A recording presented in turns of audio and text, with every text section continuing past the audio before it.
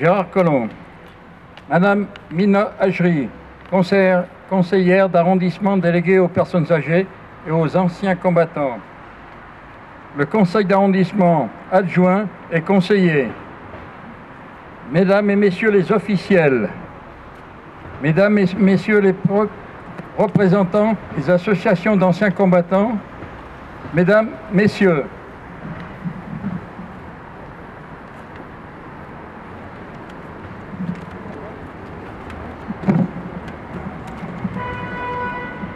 dès 1939, le monde s'embrasait d'est en ouest, puis ce sera ensuite du nord au sud, des côtes occidentales aux contrées asiatiques. La folie des hommes allait l'emporter une fois encore. Notre pays allait saigner du sang de ses héros anonymes, civils et militaires. Du plus petit village aux grandes métropoles, tous payèrent le prix fort du père tué au combat, des Ardennes ou à la prise du nid d'Aigle d'Hitler. Du frère disparu au camp des héros dessinés par la barbarie nazie, de l'oncle instituteur de jour résistant la nuit. La France peut être fière de ses enfants qui combattirent partout où on avait donné l'ordre et sacrifié, sauvé la patrie. À l'appel de Londres, certains avaient quitté le pays de leur enfance pour mieux préparer sa reconquête. Ils furent grands sur les plages de Normandie et celles de Provence, nazis à la capitulation. Alors, aujourd'hui, devant nos monuments aux morts, des plus petites de nos communes aux plus grandes de nos cités, là où les noms s'alignent sur la pierre froide, inclinons-nous devant celles et ceux qui nous ont sauvés de la barbarie. Repensons à ceux, petits dans leur quotidien, mais grands dans nos cœurs, qui sont partis un jour pour vivre la France. Pensons à ceux qui ont entendu la voix de Londres et qui ont cru qu'un jour la France reviendrait ce qu'elle n'a jamais cessé d'être, le pays de la liberté, celui des droits de l'homme. Soyons fiers qu'un jour, nos pères, nos grands-pères soient devenus nos sauveurs. Que nos morts soient honorés et que ceux qui aujourd'hui racontent l'horreur des combats soient remerciés. Ils sont morts où ils témoignent pour que vive notre France. Vive la France!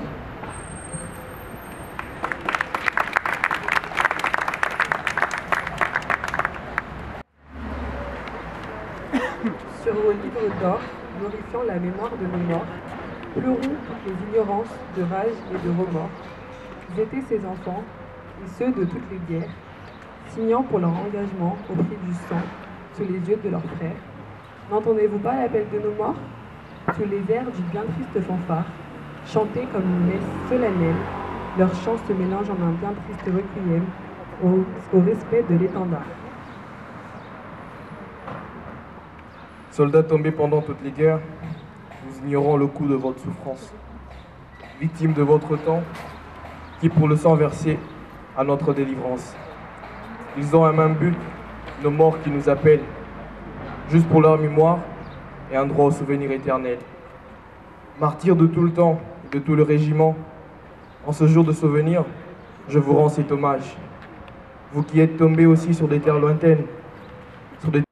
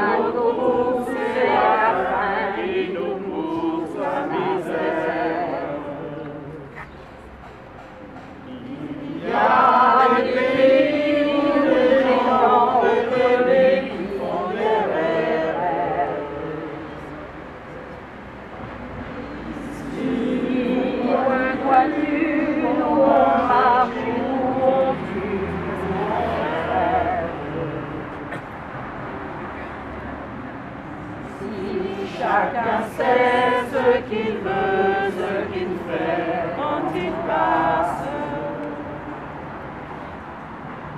Ami, si tu tombes la nuit, sors de l'ombre à ta place.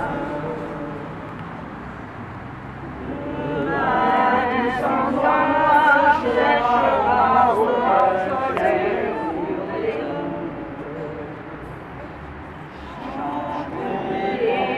Allons dans la nuit, la liberté nous écoute. Ami, entends-tu ces cris sourds du pays qu'on enchaîne? Ami, entends-tu le loin des coraux sur nos lèvres?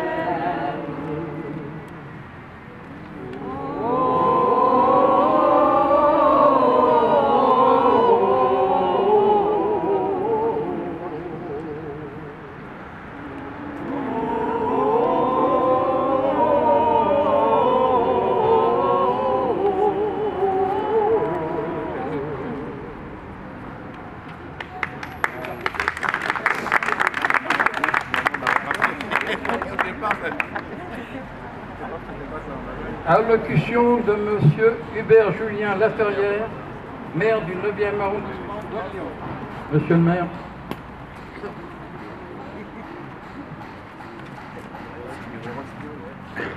Madame l'adjointe à la mémoire, aux anciens combattants, chère ménagerie, mesdames et messieurs les élus, chers collègues, saluer à nouveau le président d'Africa 50, Christophe Abani, et Colette Ilunga, le président de l'association d'anciens combattants, victimes de guerre, et puis nos amis de l'association des rapatriés, nos amis harkis qui sont également là représentés, vous tous et toutes, chers amis. Aujourd'hui, nous honorons l'appel du 18 juin. Car au soir du 18 juin 40, sur les ondes de la BBC, cette voix qui lance depuis Londres ce qui sera le premier appel à la résistance face à l'occupant nazi, c'est la voix du général de Gaulle.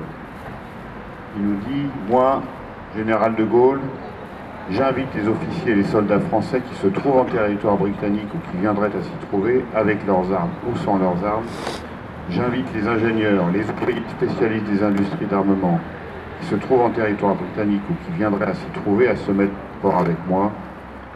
Quoi qu'il arrive, la flamme de la résistance française ne doit pas s'éteindre, ne s'éteindra pas. Demain comme aujourd'hui, je parlerai à la radio de Londres. » Cet appel, il est devenu un symbole, celui d'une France qui ne renonce pas, d'une France fidèle à ses valeurs, d'une France qui se bat pour la liberté, la démocratie, la République, d'une France qui se bat contre l'obscurantisme.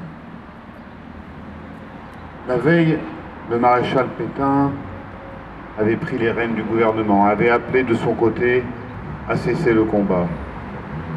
Le 22 juin, à Rotonde, la même où 22 ans plus tôt avait été signé l'armistice du 11 novembre 18, consacrant la victoire des Alliés sur l'Allemagne. Le maréchal Pétain plongeait la France dans 4 années de privation, d'humiliation, en signant cet armistice. Comme le disait général de Gaulle, le 18 juin 40 ne fut pas la fin de la guerre, comme voulait le prétendre Vichy. Cette guerre, elle venait de commencer. Et nous devons aujourd'hui nous souvenir de toutes celles et tous ceux qui ont donné leur vie pour la résistance, pour la libération de la France. Ces femmes, ces hommes, ces jeunes et même souvent ces enfants qui se sont battus pour que notre pays ne soit pas livré aux envahisseurs, ne soit pas assujetti à la dictature nazie. En effet, ce sont bien souvent de simples habitants qui ont mené la guerre la plus dure, la guerre sur leur sol, dans la peur de la délation, dans la souffrance de la faim et de la privation. Rendons ici hommage, comme nous l'avons fait il y a quelques minutes, aux expatriés qui ont mené le combat en Afrique aux côtés des indigènes de la République pour vaincre l'Allemagne sur ce continent et former les troupes qui passeront par l'Italie et débarqueront ensuite à Cavalère avant de remonter le long du Rhône jusqu'à Lyon. La résistance, cet esprit de résistance, ce terme de résistance qui ne doit pas être dévoyé, utilisé ça et là. Ayons la sagesse de préserver ce terme pour les causes justes et nobles, en souvenir de tous ceux qui sont morts pour cette résistance à la domination nazie. Au-delà des mots, il ne faut pas oublier les récits des plus anciens d'entre nous, les faire vivre en les transmettant sans cesse aux nouvelles générations. C'est pourquoi chaque année, je suis à la fois heureux et ému de vous voir ici pour commémorer le 18 juin, qui a été le vrai tournant de la Seconde Guerre mondiale en transformant le désespoir de la défaite en espoir déterminé pour la liberté. Alors finissons sur ces mots du général de Gaulle qui appelait à la fois à l'espoir et à la détermination. Non, vous n'êtes pas seul. L'espérance doit-elle disparaître? La défaite est-elle définitive? Eh bien non. Je vous remercie.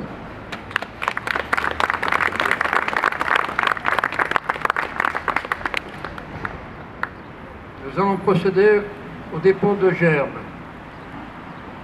Gerbes de la mairie du 9e arrondissement par M. Hubert Julien Laferrière, maire du 9e, et de Mme Mina Hajri, conseillère municipale déléguée aux anciens combattants.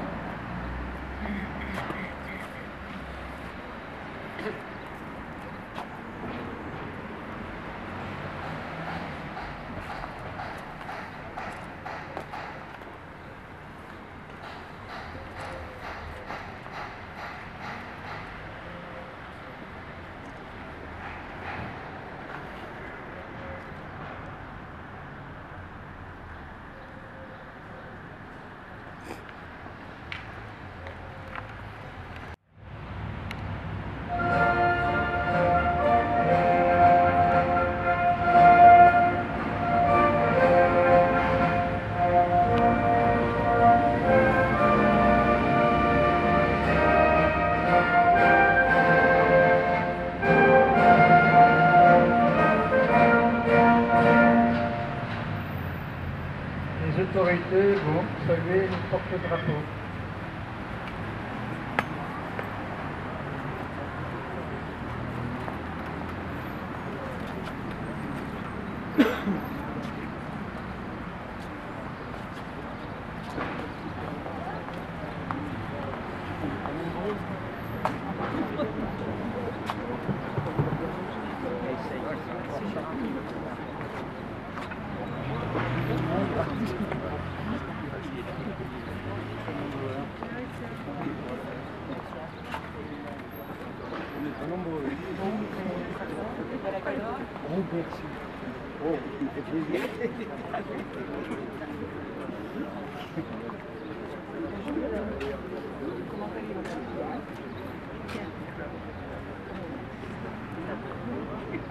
Les anciens combattants, la municipalité